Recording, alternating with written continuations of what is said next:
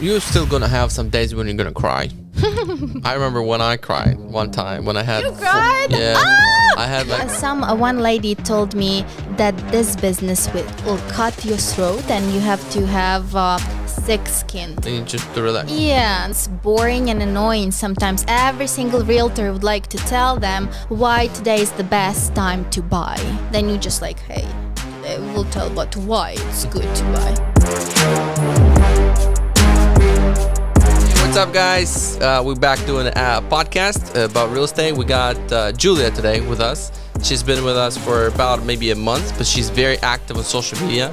And if you want to grow your social media account, grow your sales, that's what we're going to be talking today about. So, Julia, give us a little bit brief on yourself for somebody who doesn't know. Sure. Thank you so much for having me here. Yeah. And my name is Julia Kyba, and I recently joined Komar. And I just want to say thank you, Oleg, for supporting me at the right time. I really appreciate it. I'm in a business second year, and I'm excited to share about social media. I think this is the biggest topic. I've seen your account on Instagram a long time ago. Yes. I don't remember, it was a year and a half ago. But what I liked is that every single day you post some reels, stories, everything like that. So how did you get into the industry anyway? Like how did that start? Yeah, actually, my answer to how I got to the business, because I think that when I moved to United States, I always been following people like you who just started the journey in real estate, and they're like speaking couple languages. Your background is that you born in another country. Yeah. So I've been following. Did you know me before you got into the business? Yes, I heard about Oleg, Kmr&x all the time. But I did not know that you actually have a company. I saw that you have a team, or I didn't go deeply, but I heard about you a lot. So, and I've been following, but I always thought that I'm not good enough. My English is bad. People will not even listen to me because of my accent, blah, blah, blah, blah. Always excuses. And probably I wasn't ready. Sometimes people saying, if you're not ready for big money, you will always go to the restaurant, go to McDonald's, work a cashier. There's nothing wrong with that. No offense, because that's how I started, but I wasn't ready for something bigger where you don't have hourly salary. Yeah. You're getting paid if you close a deal. It's commission based. It's kind of hard. 100 commission. Yeah, it's 100% hard. commission. It is hard, Yeah. right? Sure. There's a lot of stress. But I think now, when I've truly decided that that's my chance to try, because I did not like restaurant jobs. I don't know. There was something wrong with that. And I think in real estate, you have so much opportunities here. I like acting or whatever. Yeah. But it was not my dream to be an actress, but that's what I like. And here I am using social media to produce content and to show my potential, my hobby. I can do that with social media. But you started social media after you got into the business, or you did that before you got into the real estate? Before, I think when COVID hits, I started my YouTube channel. Just, for fun. And I was telling basically immigrants how the life in America, just simple people do this all the time, right? Some vlogs, whatever. But I also was working, so it was not my job. It's just hobby. And then when I started doing real estate, finally my YouTube got some sense of existing. So there's a purpose you can use it for now. Yeah. And by my surprise, people were started following me because I was showing, and I always honest. I don't like this salesy, being pushy realtor. I think if I show you everything honestly about the property, even if you ask me, Julia, is a good time to buy? I will not tell just yes. Let's talk about it more, because for every person, it depends. Sure. Maybe it's right time for you to rent for one more year. Yes, I 100% agree with that. Yeah, this is 100%. So you were using that YouTube channel for vlogging, lifestyle, living in America. Yes. For immigrants that are living abroad, right? Yes. That was the focus of the channel. And then you got into the business and you started doing social media for the business, for the real estate, and using the channel and changing your content. Yes. Yeah? Yes, I've been. So what I'm not changing completely. Yeah. I'm still keeping my interviews with immigrants who building business in America. So this is like another type of content I have, and it's for me not just have all the time tours of the homes, right? But something else which can bring Sure. other Yeah. audience. Yeah, we try to mix them up. Some content here too. Depending, like our audience is more probably focused on either investing or being a real estate agent. Yes. Probably. That's Kinda, what I'm. yeah. That's what Yeah. I'm thinking, because that's what the content is about, and subscriber count keeps growing. It's growing slowly. Your account is doing. You know, YouTube. You're putting out stories, reels, YouTube, and all these are different content. Like for the YouTube, you do a long, like review of houses. Stories, it's just filming your day, Yes. and then reels is just you take time to do the reels. Yes. Why is this important? So I think. Why you keep doing it? Yeah, good question. I think that we are human beings who constantly looking for some things where you can put as less energy as possible. We're just looking how to get clients easily. And look and use leverage. Yes. Use leverage, because like social media is scalable. Yes. Right. So you do one thing, and then the platforms delivers the message. And it's like you use it for market. That's what in 2018, I think I started making videos. Yes. A little bit. It was super tough for me, but I started making them. And I remember I had a small group in the previous office where we were just talking some ideas. And I said the video is the thing, because you do it once and 1,000 people see it. And I kept saying that, kept saying, and the guy in the group said, "Oh, like just stop saying it, just do it." And I'm like, man, that's it. I have to do it. So I started doing. They were bad, really bad videos, but it's just I got views. I don't think anybody did them. Yes. Like I saw the real big opening. Yeah. I did the restaurant reviews too. I saw that. Yeah, those are horrible. I still have that channel somewhere in the Facebook. But you see, it's horrible for you. Yeah, but I was spreading them in the Facebook groups, and it kind of did some. It was working. So it's not that horrible. Yeah. What do you think about, like, if you compare sales to marketing? Do you feel that there's any, like, for example, what's sales? Making a phone call and trying to have a client. Marketing is that you're creating a lot of, awareness about your brand and hoping somebody reaches out to you. Yeah. Or you have some kind of funnels online that just lead to your, what's better, sales or marketing? Let's say for me. Yeah. Marketing sounds more appealing. I'm willing to invest my time, and it's hobby. So even if I have a day off, I will film something because I like it. Yeah. Some people, they hate social media. They just, I don't know, not in the generation, or they just don't understand how it's worked. They don't have time to spend for, searching how the app works to edit it. It's they just, don't feel comfortable. Yes, you see, for me, marketing and then sales, for some people will be like no marketing at all, which is I'm in the business, it's my second year, so for me it's really important to do both. How many deals you closed so far? So last year I closed 30 deals. I was a part of a team. This year currently I have one under contract. I just joined your company, so it's kind of good win to me. So consistently, you've been for 2 to 3 deals a month. You've been closing. Yes. Yeah. Yes. So my opinion on sales versus marketing, and I'll share my opinion. Yes, please. I think marketing is a marathon game. That's where that's what you're building something, and you will have something. Even if you don't do anything, you still have some brand, and that's what's worth money. That's what, like Nike shoes. Nobody calls you to buy it. Yes. You just go there and buy it. Even if there's two same kind of shoes, the one with swoosh, you pay more money, you buy it faster. Yeah. So the marketing it takes longer, but then at the end, you have a much better results from the marketing.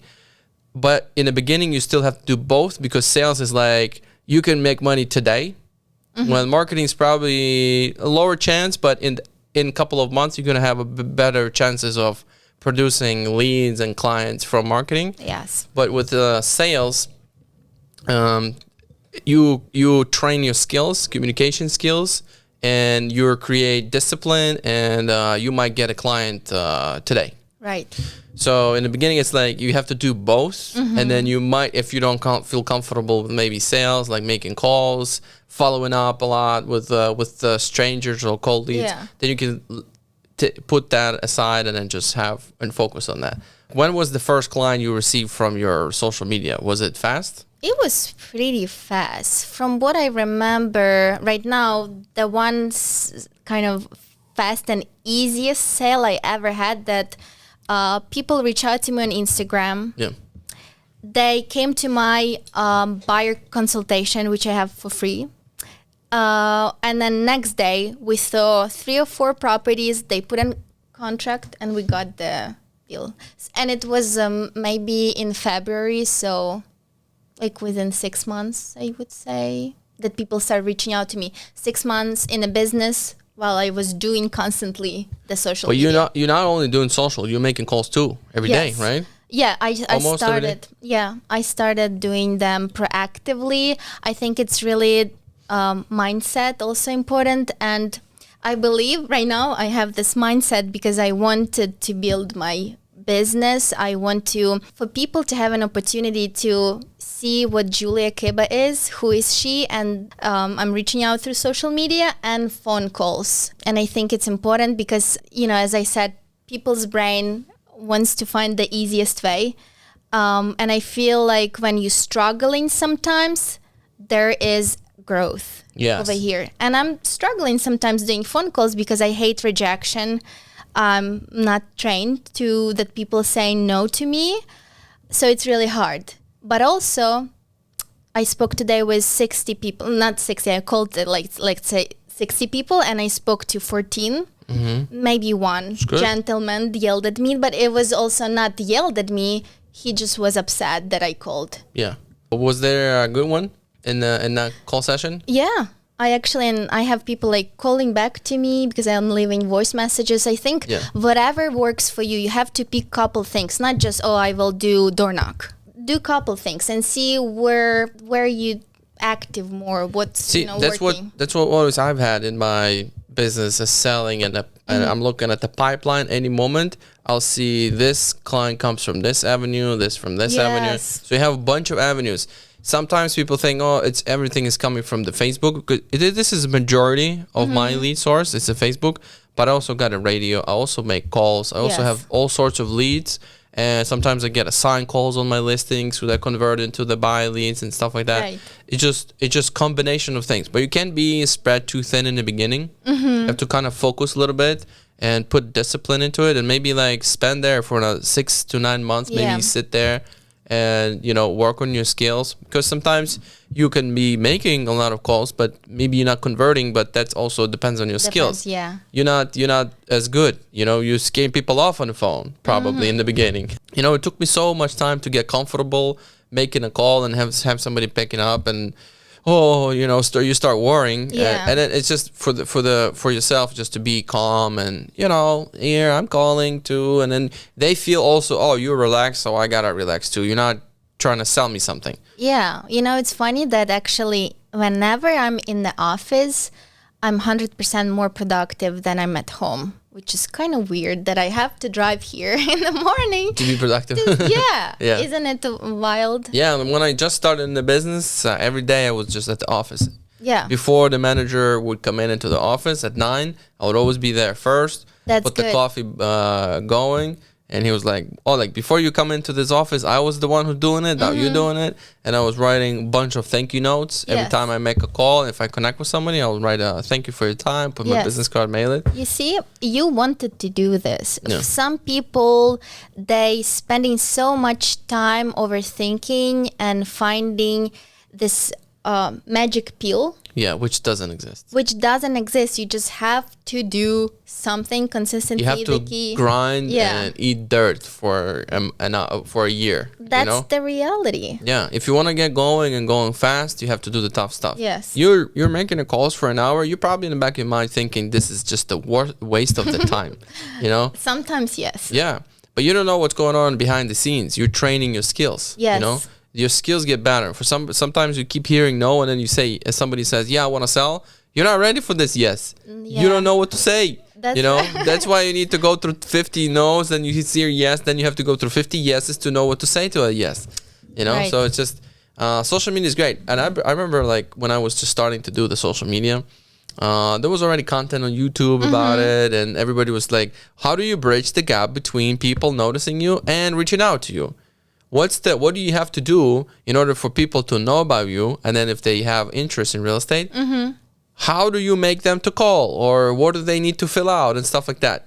And I'm just like, I don't know. Let me keep going, and then I'll figure it out. And the thing is that they start just reaching out to you. They just either DM you or call you. So there's no problem in the bridging the gap. But the thing is that you don't control your price range. You don't control how many calls or messages you're going to get. You don't control the area. You just you get what you get. In the beginning, that's totally fine. In the beginning. Of course. But then when you want to manage your business better, control your time a little more, you want to also develop some avenues where you can control your price point, you know? Yeah. You know, like when you're doing the calls, you know where you're calling. You can control that a little bit. Even though this is a cold call. Yes. You know, it's called, like, who's calling this? Who's this, you know? And I heard you trying to get an email, and the client didn't want to give you an email, like the prospect didn't go and give you an email. Yeah. A lot of times they don't, because, you know, I don't know, you're going to get my email. Even though I said I will not spam her. Yeah. So I'm trying to be honest, but yeah. But doing the content is more enjoyable for you, yeah? You feel great doing the content? I do. Yeah. I actually love, and you know what I love? Because I'm Leo. So it's really... What's Leo? Leo, the sign. Oh, yeah, I like see. This. So what about it? It's just that I know I really enjoy when I hearing good feedback from people. Yeah. So it's like enjoyable even to hear that I'm doing something in one field. I'm becoming whatever successful, or people following along. It's really important to me and satisfying. So that's why I'm doing it too. And also, like as I said, acting, here I am also reaching out to people by just putting video out there. So you like putting out the video and then watching how many people saw it, how many people messaged it? Yeah, and I'm okay if it's didn't gain million views. Yeah. But I see that if you going back like year ago and seeing today's results, it's growing, and more people following me and stuff. So okay, let's talk a little bit deeper on that. So what's the system for you to create a content? Do you have like a system? How do you do it? Yeah. Do you have people that help you? Yeah, so I actually have one girl. She's helping me 1 day per week usually. On Tuesday we have those day for content. Sometimes it can change. We did it on Saturday. But usually trying to stick with Tuesday. So how many videos do you do on Tuesday?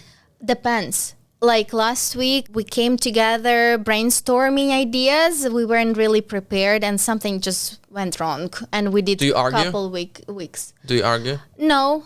She more waiting, relying on my ideas because she doesn't really know about real estate. So I'm kind of like, what do you think about this? Can we do this? And she said something, and then we created. Sometimes I'm more prepared, because that's what you need to do. You know what you're going to film. Yes. But this takes a lot of time.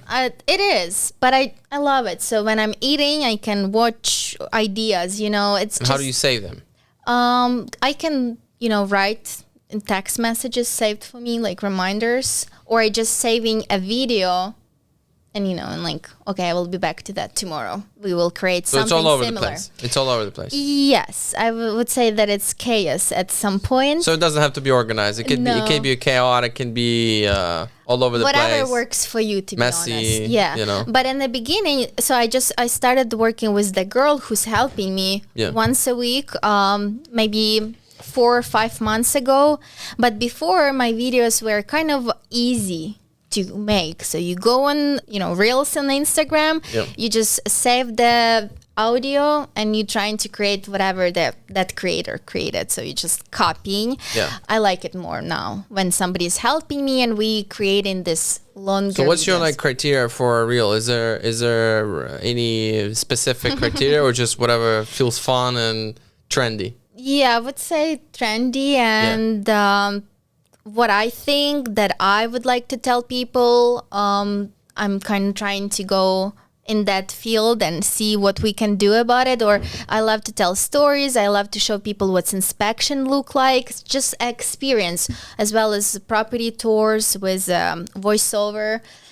You know, there's so much things for different type of audience that you can definitely find whatever works for you. And sometimes people want to see you more as a human being. Yeah. They want to relate to you. So that's cool to do those videos once in a while. What's your opinion on videos educational versus entertaining? I would say... Is there a balance? Yeah. What do you think? In my content, I don't really kind of follow the balance of this, because I feel like sometimes people hear this too much of educational content. They need to relax. Yeah, they sometimes just need to relax because it's boring and annoying sometimes. Every single realtor would like to tell them why today is the best time to buy. Yeah. Whether there's another realtor like myself, you have 5 videos entertainment with some educational a little bit, funny things. You know, I think that's easier for people to understand what you're trying to say than you just like, hey, today we will tell about why it's good to buy. You know, but also maybe someone can do this and they have a good feedback. I'm not sure, you know, that's all depends on your personality. For me, easier to do entertainment with a little bit of educational, because people constantly watching news, they hear, and also if they will reach out to me, I will tell them, if you're looking to buy or invest, let's sit down for buyer consultation, and here I am sharing my opinion, and we can determine whether it's a good time or bad for you to buy. Yeah, you watched any of these shows that's going on about real estate? Yeah, I love, me personally, I love $1 Million Listing, and I follow this Ryan Serhant because one part of me really, really want to sell condos in Manhattan for, I don't know, billions of dollars, and I like it. They just did it really nice.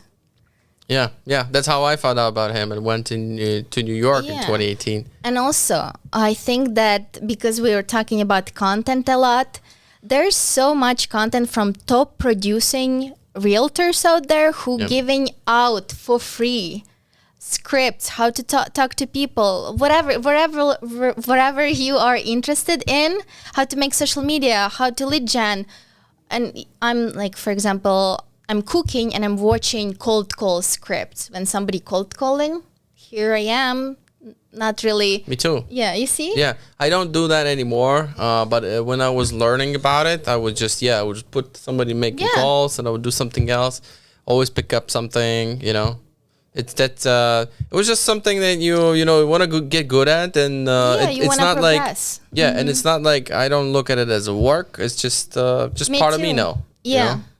So the same with social media. I don't sometimes some videos I love to edit. I don't let anyone edit it. Like my interviews with people, it's really popular in New York when people going asking people questions. That's what I do in Chicago. And I kind of like, you see, this is you going out of your comfort zone. Yeah. And I think it's important, but also I know some people hate it. They just probably have that too, you know, that this guy that walks by and you're like, hey, I need to do and you're worried and you're afraid to come up to you know. Yes. It is you true. Just have to go through it, right? You go through it. You know, you have to try. You have to try and see that some people are really friendly. They don't mind. They open-minded. They here to talk to you, and they think that you're actually doing cool things. You know, they compare themselves to you, and they might not. Can you do this type of video? There's I forgot his name. I think his name is Noah. He's going to people's houses, knocks on doors, says how can you afford this house? I'm not at that level yet. What do you do for this house? And then he goes to yacht owners, you know. Actually, you know, I was thinking about it. To go to like expensive houses and ring the bell. There's usually will be a gate, and then there's really a ring on the gate for like expensive houses. Yeah. A lot of times you can do the ring and then talk through the. Actually, I don't like door knocking. Yeah. I feel so bad. I hear you. I did it. I've done it, and I woke up babies. Like I would go at 1 o'clock, and I didn't know then, 5 years ago or 6, I didn't know that babies sleep at 1 or 12 or 2. They are. And I remember I went and knocked and then rang. I woke up like 2 or 3 babies. Guys were, the guy opens up. You woke up my baby. What do you want? Oh my God. I'm a real estate agent. Boom. No, I mean, for some people it does work. But for me, I was counting minutes until I will get out. Yeah, sure. I did not like it. Well, what's your daily schedule? You have a discipline? You have a schedule? Yes, I'm trying to follow a schedule because, realtors, we sometimes have showings and we have to cancel something not important. Yeah. So I don't know if it's a good thing or bad. You have to stick with your schedule, but at this moment, I can say no to clients, really. Yeah. So I think that for me, it's important to come to the office in the morning, like at 9, 10 o'clock. Then my brain wants to procrastinate, so I fight with it for a couple minutes, and then I'm finally dialing and calling at least 1 hour. I'm reaching out to basically people circle dialing. I'm trying to call expireds, but I'm not good at it yet. Sure. Yeah, it's different breed. It's easier for me to call, the circle dialing just to cold, which is weird. Whatever works, like it's, there's not that many expireds. Yeah. I think right now. Yeah. And once you're done with them, you have to go to do something else. Yeah. So. Yeah, and the things you're doing with just circle dialing and looking for property owners near the property that was just sold or just listed. A lot of times, probably you won't find somebody who is looking to sell right now. But I was successful. I was successful with that. Yeah, that's by you recently went on the CMA too for the valuation for one of the. In Elk Village, I think somebody picked up the phone and did you go there? Not yet because she wanted appointment. Yeah. So yes, but you see, it's like I feel like it's working. I remember one time I make a call, and what I was saying that it was 2017. I was saying, "Hello, my name is this and this. I'm a realtor with the company Century 21. Do you know anybody who is looking to sell a house?" That was my line. It was horrible. My dog. And then she says, "We are." Really? I'm like, "You are." Hey, and you're like, and I'm mute and scream. Yeah, and then I'm like, "You are okay. I'm a real estate agent," and then I don't remember what I said. Basically, they already had a realtor, but I said, "Let me prepare a valuation. Maybe we meet and you meet with me and this." Good. So I went there and they went there. I already brought the valuation. They went there, and I think she texted me, "Leave it the mailbox." So I left it. But I did the CMA a little bit higher than I thought the price is. So, for example, the price is 300. I remember all the digits. I can say all the digits right now. What we sold for, I remember. I think it was 300, and then I gave her 325 or 330. I gave her a CMA. She calls me back. She says, "Look, your numbers are better than the guy that we're going to hire, but I think you probably overestimated. I don't think it's worth that much." Wow. Or maybe I did 350, something like that. So basically, they go on the market with somebody else. So I'm like, okay, I guess this was a good try, but it didn't go nowhere. And then Monday, I get a call, and she says, "We're going to be canceling with that realtor. We don't like the way he's doing the work. Yeah, wow. I'm going with you." And we actually closed it at, the contract they had in place. They already had an offer for 300, and we sold it for 318. Wow. Yeah, so I got her 18,000 more. And the previous broker was kind of pushing her, I think, to accept 300, and that's why she wanted to have somebody else. Wow. And so we got 318. I don't know how we got it, but we put it 325, we got 318. The market was very slow. 2017, this was my first 3 months, I think, maybe in the business, or maybe it was 2018, but this was like one of my first sales, and I was just so happy. And so it was just, the market was very slow. We had a little bit of showings. It was just totally different. Right now, I would have put 325. I would have probably got it for 340. If it was the same numbers. Market is interesting. But that was like me circle dialing and just got lucky. Yeah. And then here's this. So from that point till today, it's about 6 years. I've sold to her son. Wow. And to some of the friends in the same town. Yes. And now from that friend, I've got a couple of buy calls that one of our teams closed too. So it just snowballed into 5 deals. You see, not all the deals are gonna snowball. Some of them just do you one deal and then that's it, and then you're not gonna have anything after that. But this one snowballed. And one more with the for sale by owner, same thing. I've got this for sale by owner one time, little ranch house. I closed it for 300 or something, and I got 4 deals, I think, because they have, I think it's a cousin or somebody, and they did 3 deals with me because the for sale by owner client had a family member that did a lot of deals with me. Yeah. It's like, it's funny sometimes. Everything is working. You just has to do something. But see, like, so like sales, you can kind of speed it up a little bit, but it's non-sustainable type of business model, in my opinion. At some point, you're going to not do calls anymore. I predict. I hope so. People will call to me. Yeah. I want Julia. At some point, you're going to feel like, man, I think I'm busy enough. I'm closing. I'm following up. My phone is ringing off the hook.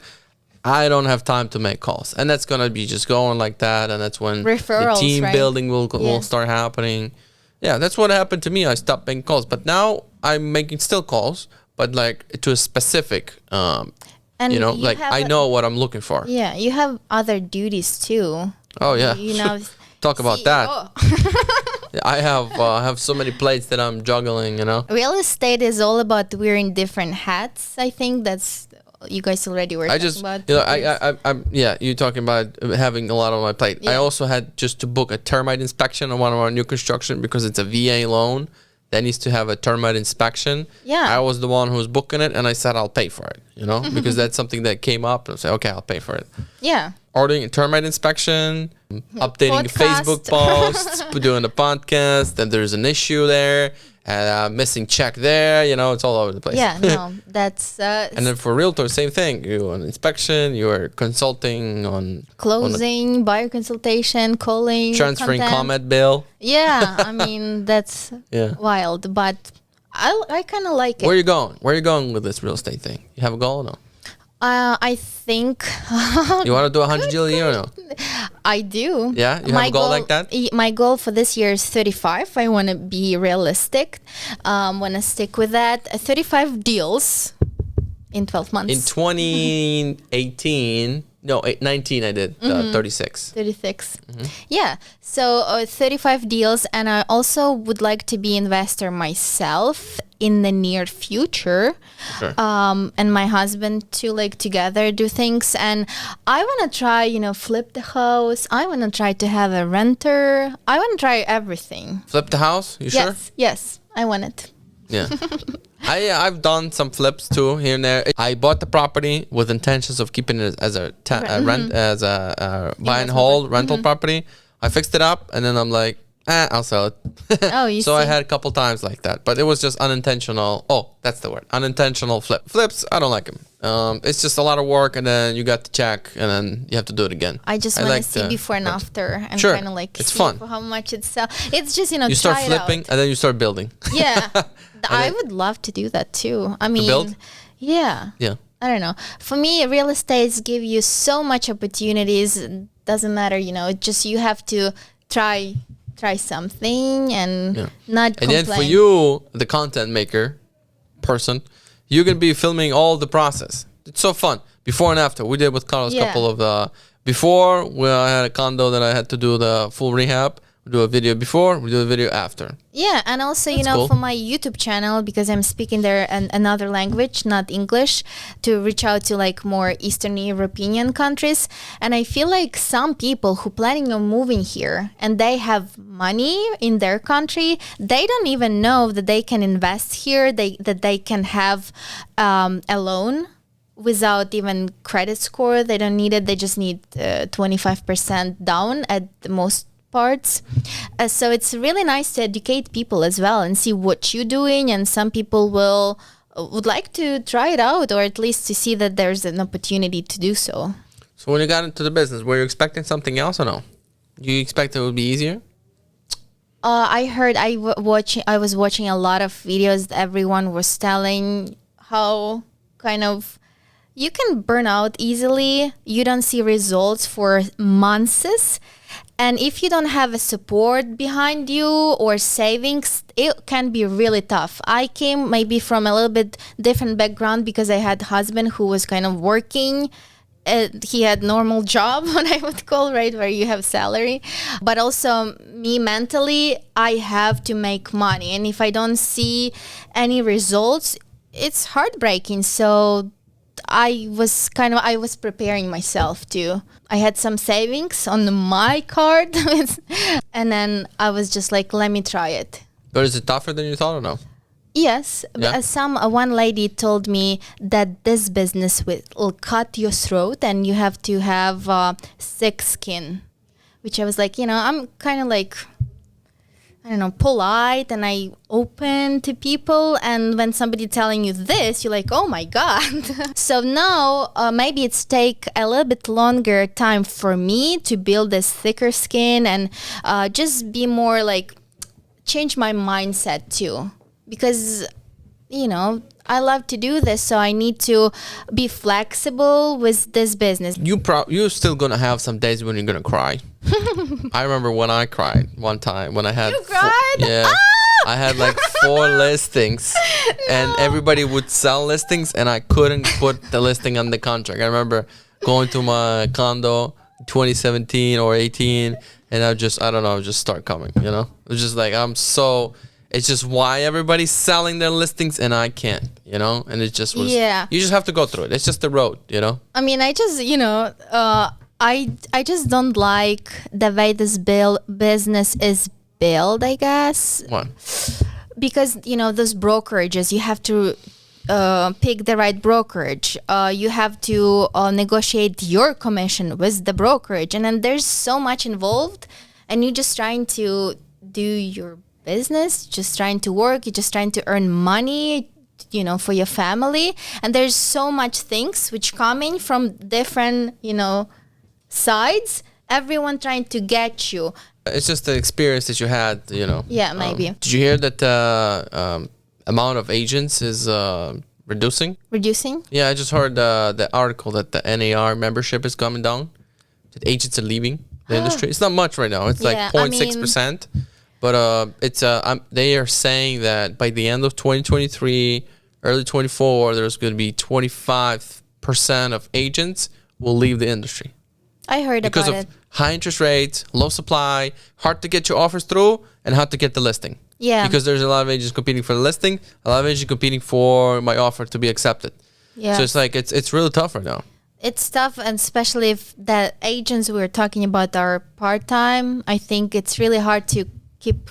In 2021, I think there were more agents than houses for sale. There were like agents coming out of the all kinds of industries into the real estate, and now there's low supply. A lot of agents, still low supply, but it's the amount of transactions is dropping 20% every year. Wow! And so it's like, hey, where's my transaction?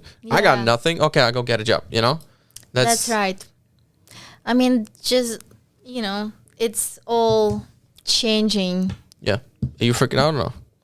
I'm not. Yeah. For some reason. Me too. I heard about this news. I will do what I do, and you control your own business. Yeah. You can control your own inventory. You make calls. You control your inventory. Yeah. You don't compete. If you make enough calls, you're gonna get your listings. Yeah. And you're gonna do a lot of content. You get your own buyers. You get listings. The buyers call on the listings. So you create your own business. Yeah. And if you're like waiting for the market or business to happen to you, then you gotta probably take it a little bit part-time maybe in the beginning, and maybe wait for the market to be easy, and then it's gonna help you. Yeah. But then the market's gonna turn again, and then you're gonna need to be adapting. Right. And if you don't adapt, then I think it's normal. Sometimes it's slowing down. We also have seasons, when you might not see so much going on. Even like if you look at the sales in Halloween time to Christmas, usually I was able to negotiate some deals last year. Sure.